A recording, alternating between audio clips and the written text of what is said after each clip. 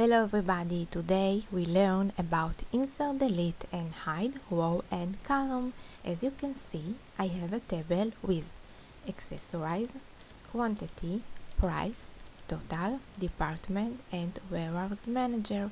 If I want to do insert a column, like here, beside the department, I will mark the department column and then click right and I take the option of insert. If I want to delete the new column that I had now, I will mark the new column and then click right and I take the option of delete.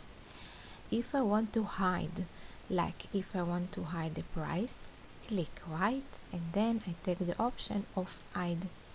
If I want to do unhide the column that I hide, I will mark here and as you can see I have a little error now and then click right and then I take the option unhide.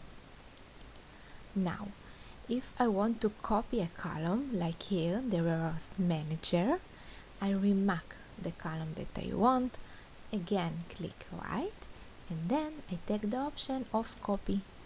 Now, again, I take the click right, and I take the option insert copy cells. And now I have the copy of the column. Now, let's go to the row.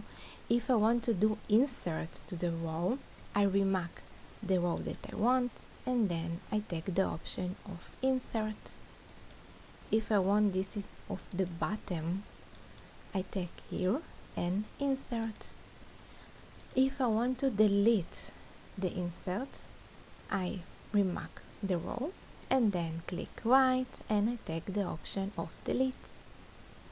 If I want to do hide to the row, like here, type 4, I will mark the type 4 and then click right and I take the option of hide.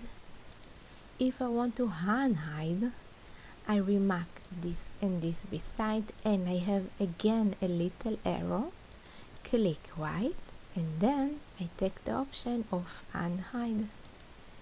Now, if I want to copy a row, like here, type 2, I remark the row and then click right and I take the option of copy.